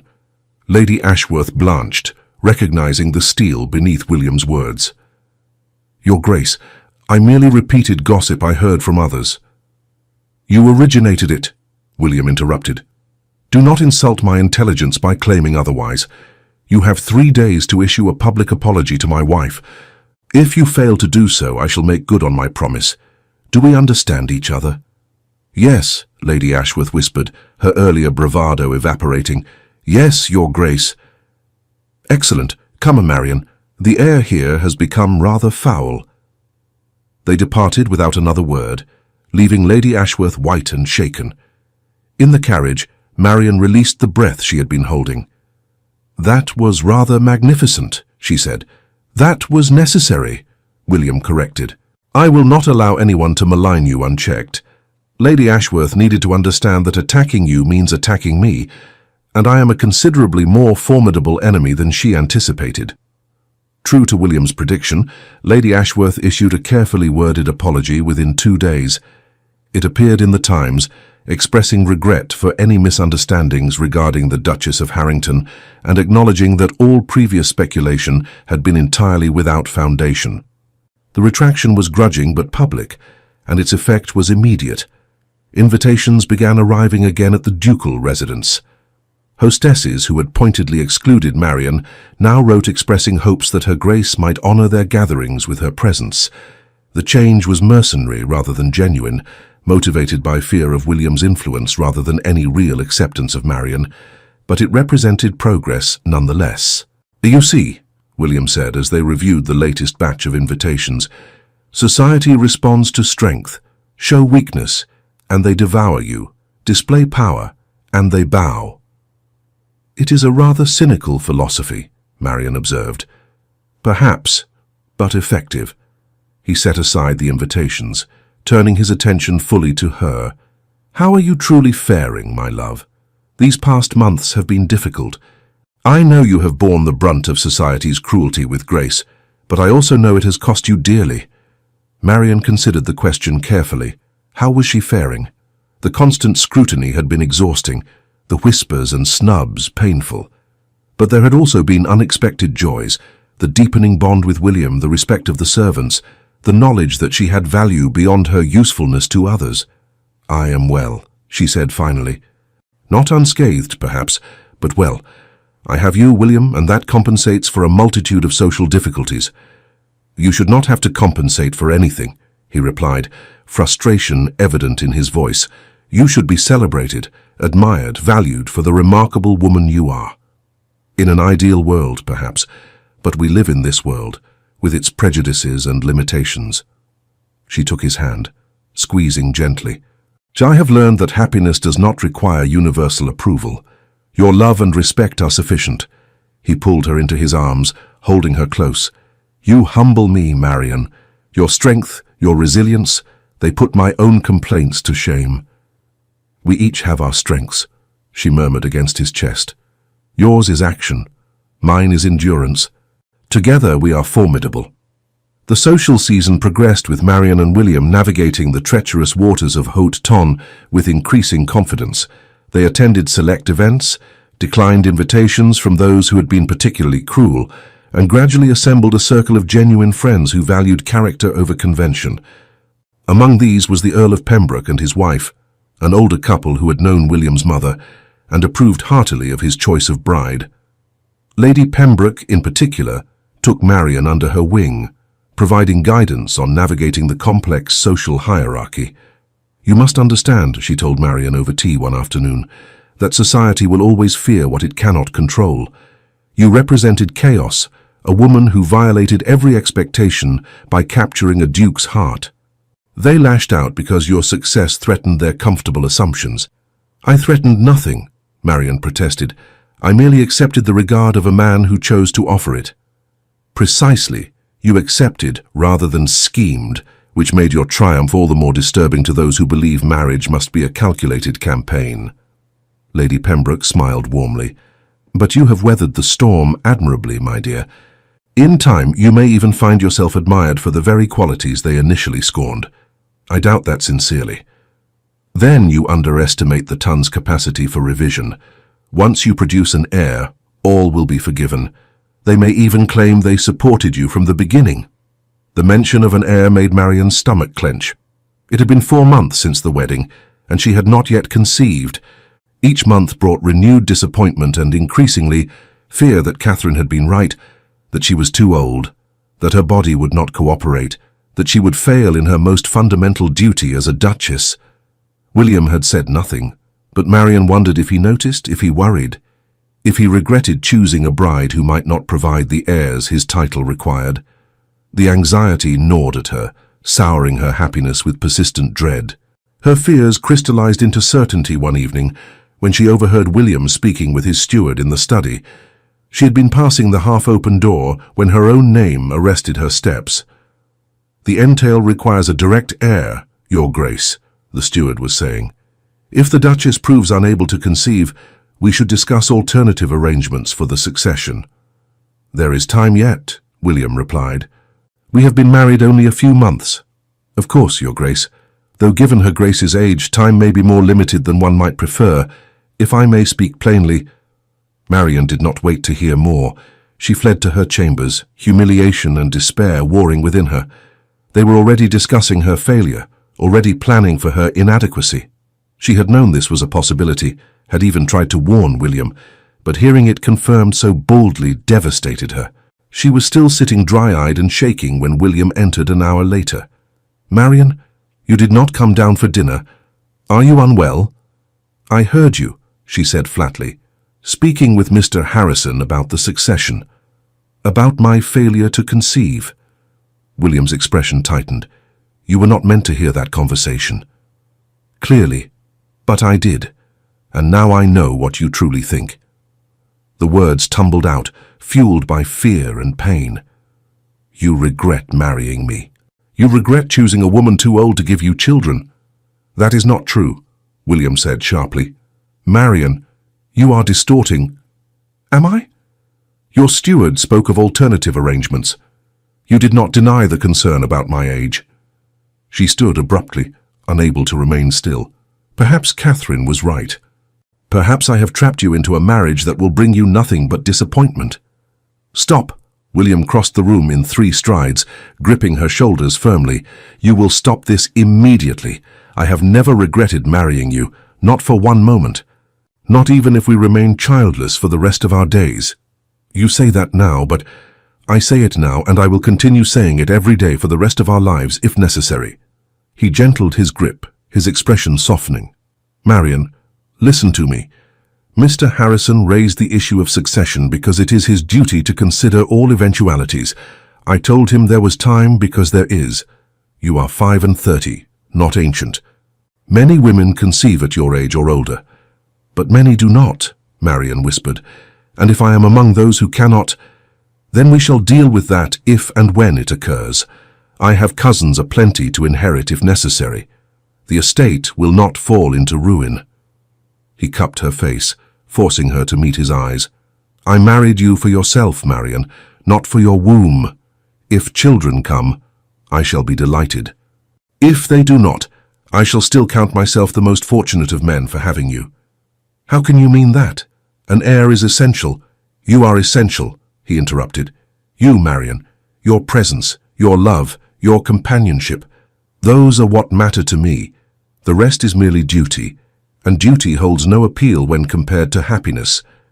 Marian searched his face for signs of falsehood or reassurance offered merely to comfort her. She found only sincerity and a tenderness that made her throat constrict with emotion. "I'm afraid," she confessed, "afraid of failing you, of proving Catherine right, of being the wrong choice after all." "You could never be the wrong choice." William drew her into his arms, holding her with gentle strength. "You are my choice, Marian. The only choice that matters. Everything else is secondary." She clung to him, drawing comfort from his solid presence. Perhaps he meant what he said. Perhaps love could indeed be enough, even without the children society demanded. It was a radical notion, one that violated every expectation placed upon ducal marriages, but then their entire union had been built on defying convention. "I love you," she said against his chest, "so very much. And I love you." He pressed a kiss to the top of her head. "That is all we need, truly. The rest is merely decoration." 3 weeks later, Marian woke feeling distinctly unwell. The nausea that had plagued her for the past several mornings intensified, and she barely made it to the wash basin before losing the contents of her stomach. When the spasm passed, she sat back on her heels, heart pounding with sudden realization.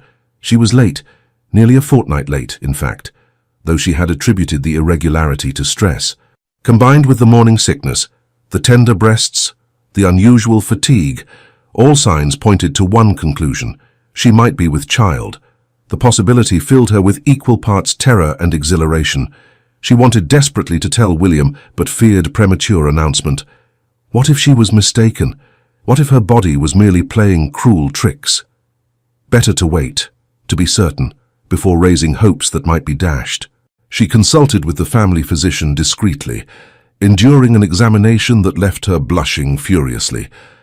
Dr. Winters emerged from his ministrations with a satisfied expression. "Congratulations, Your Grace. By my estimation, you are approximately 6 weeks along. All appears normal and healthy." 6 weeks. Marian performed rapid calculations, realizing conception must have occurred during their time in Derbyshire, during those peaceful weeks when she had felt truly happy for the first time in her life. It seemed fitting somehow that new life should begin in a period of such contentment. "How certain are you?" she asked, still afraid to believe fully. "As certain as one can be at this early stage. The signs are all consistent. If the pregnancy continues normally, you should expect to deliver sometime in late spring."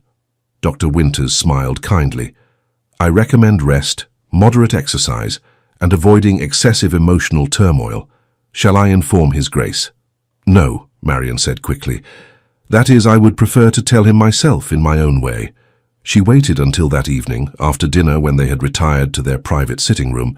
William was reading correspondence, his brow furrowed with concentration over some political matter. Marian watched him for a long moment, memorizing this instant before their lives changed irrevocably. "William." He looked up immediately, attuned to the nuances of her tone. "Yes, my love? I have something to tell you, something important." He set aside his papers, giving her his full attention. "You are frightening me slightly. Has something happened?" "Yes, something rather significant." She moved to sit beside him, taking his hand in hers. "I am with child." The silence stretched interminably. William stared at her, his expression cycling through shock, disbelief, and finally blazing joy. "Truly, you are certain. Dr. Winters confirmed it this afternoon, approximately 6 weeks along." A laugh escaped him, startled and delighted. He pulled her into his arms, holding her as though she might shatter. "Marian, my God, Marian, this is... I cannot..." Words failed him, but his embrace communicated everything his voice could not. When he finally released her, his eyes were suspiciously bright. "Are you well? Is everything progressing normally?" "Dr. Winters says all appears healthy, though I confess the morning sickness is rather tiresome. You shall have anything you need. Whatever provides comfort. We must ensure in." He stopped, a thought occurring to him. "We should return to Derbyshire. The air is better there, less strain from social obligations. William, I am pregnant, not infirm. I can manage London for a few more weeks at least. But the strain, the stress, the gossips will be present regardless of our location." She took his face in her hands, touched by his concern. "I am stronger than you think. This pregnancy does not render me fragile. Nevertheless, I intend to treat you as though you were spun from glass until our child arrives safely." His hand moved to rest gently on her still flat stomach. "You carry something infinitely precious." "Two infinitely precious things," she corrected. "The baby and myself." "Three," he amended. "Are the baby, you and my heart, which you have possessed completely since the moment we met." The declaration, so openly emotional, made Marian's breath catch. William was not typically given to such sentimentality, preferring to demonstrate affection through action rather than words. That he offered this glimpse into his heart moved her profoundly. "I love you," she said, the words inadequate but heartfelt. "And I love you. Both of you." He leaned down to kiss her stomach with tender reverence, and Marian felt tears prick her eyes at the gesture. News of the pregnancy spread through London with predictable speed. The announcement in the Times brought an avalanche of congratulations, many from quarters that had previously been hostile. It seemed Lady Pembroke had been correct. A coming heir absolved a multitude of social sins. Catherine sent a stiff note expressing pleasure at the news and hoping for a successful delivery. No invitation to reconcile accompanied the message, but the acknowledgement was more than Marian had expected. She responded with equal formality, maintaining civility if not warmth. Arabella's letter proved more surprising. The girl wrote expressing genuine happiness for her aunt and hoping they might resume acquaintance in the future. She confessed that her own engagement to a baronet, while not as grand as she had once hoped, had brought unexpected contentment. The maturity evident in her words suggested that time and experience had softened some of her earlier sharp edges.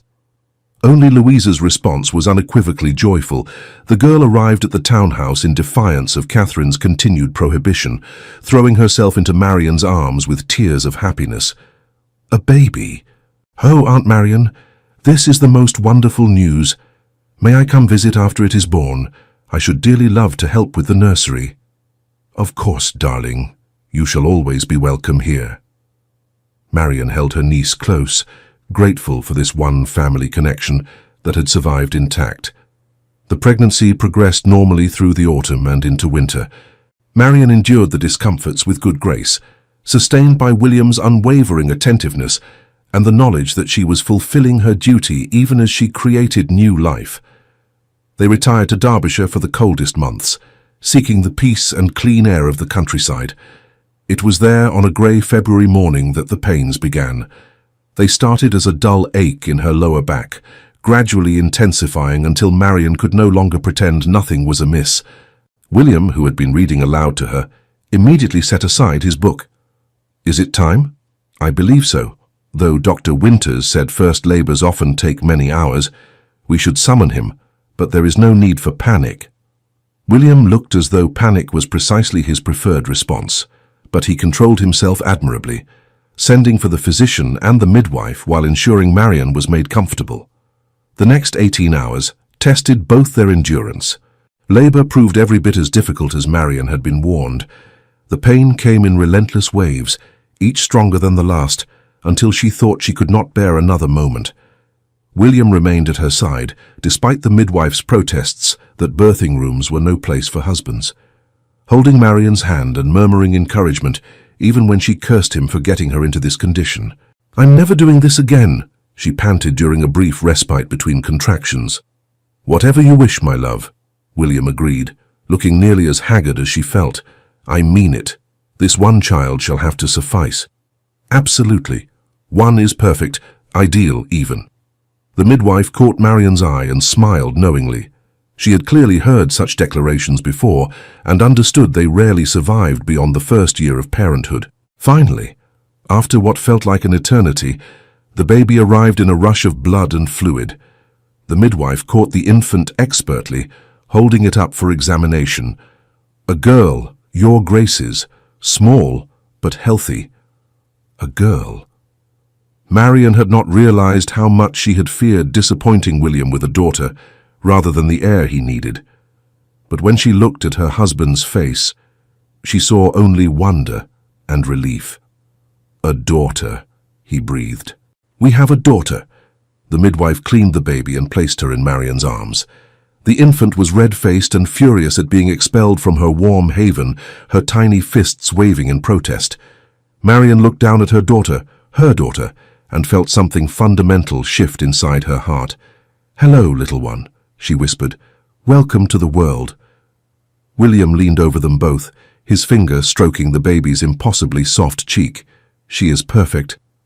Absolutely perfect. She is rather wrinkled and angry, Marian observed with exhausted amusement. Perfect, William insisted. He kissed Marian's temple.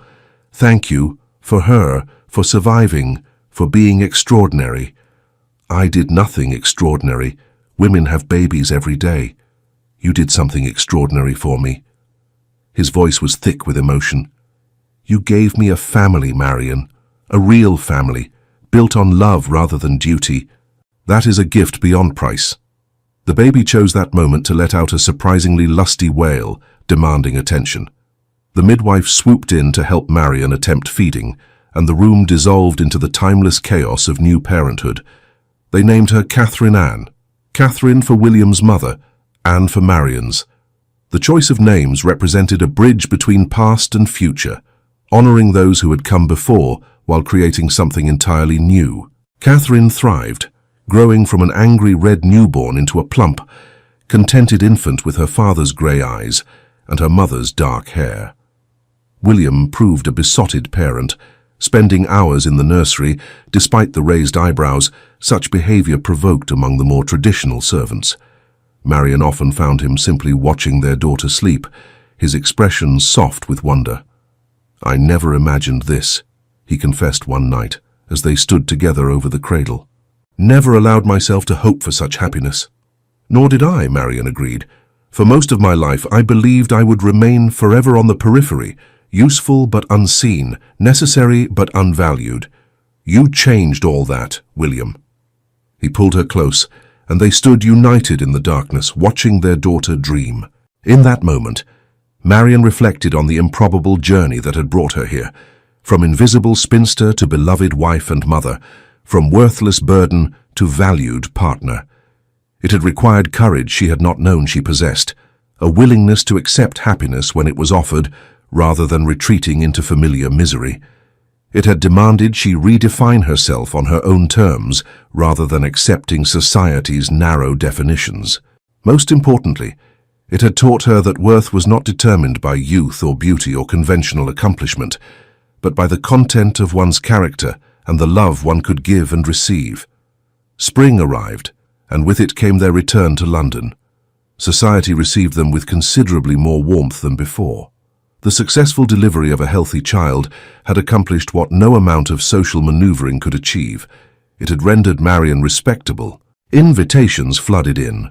Hostesses competed for their attendance, and former detractors now praised the Duchess of Harrington's dignity and grace. How quickly they forget their cruelty, Marian observed, as she sorted through the latest batch of invitations. They do not forget, William corrected. They simply revise history to place themselves on the winning side. It is the way of society. A rather depressing assessment, but accurate. He looked up from his newspaper. Does it bother you, their sudden admiration after months of scorn? Marian considered the question. Less than it might have. I have learned that others' opinions of me are merely that, opinions. They do not define my value or determine my happiness. Only I can do that. When did you become so wise?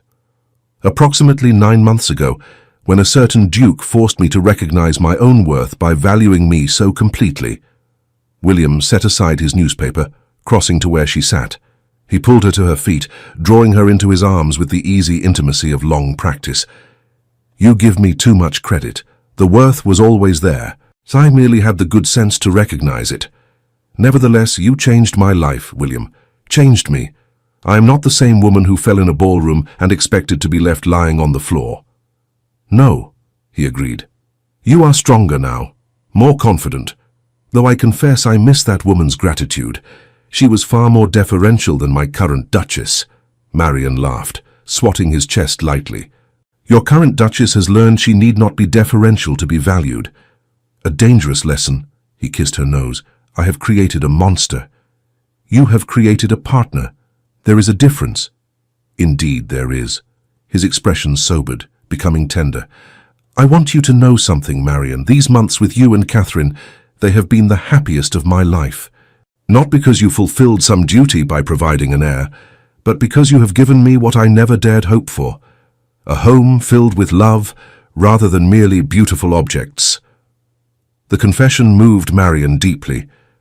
And you have given me purpose beyond usefulness, value beyond function. We have saved each other, I think. Then we are the most fortunate of fools, to have found salvation in each other when society predicted only disaster. They stood together in the morning light streaming through the windows, two people who had defied expectations to build something genuine and lasting. Outside, London continued its endless social dance. But within these walls, Marion and William had created their own world, one founded on mutual respect, growing love, and the quiet triumph of choosing each other against all odds. A knock at the door interrupted the moment.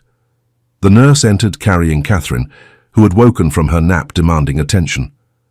William took his daughter immediately, cradling her with practiced ease.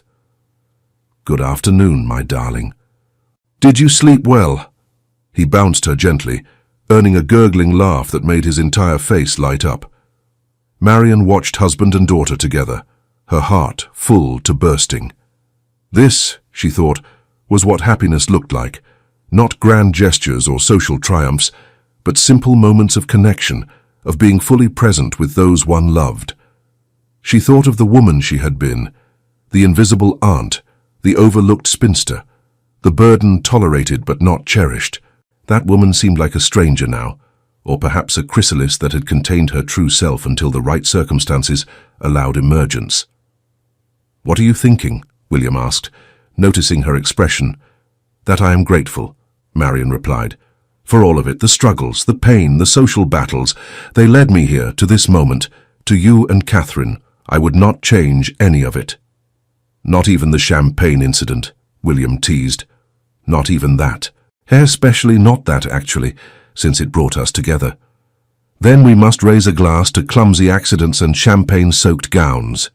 He shifted Catherine to one arm, offering his hand to Marion. Come, let us take our daughter for a walk in the garden. The roses are blooming, and I would show them to her. Marion took his hand, and together they walked into the spring afternoon, their daughter cradled between them. Behind them lay a year of transformation, from strangers to partners, from mockery to respect, from loneliness to love. Ahead stretched a future rich with possibility, built on the foundation of their improbable but undeniable connection. Society would continue to gossip, would find new scandals to dissect and new victims to judge, but Marion no longer cared. She had found something more valuable than social approval. She had found herself, and in doing so, had found everything she needed. As they entered the garden, Catherine laughing at the butterflies dancing among the roses, William squeezed Marion's hand gently. She looked up to find him watching her with an expression of such profound contentment that it took her breath away. I love you, he said simply. Today, tomorrow, always. And I love you, Marion replied, the words carrying the weight of absolute truth. Always. The end.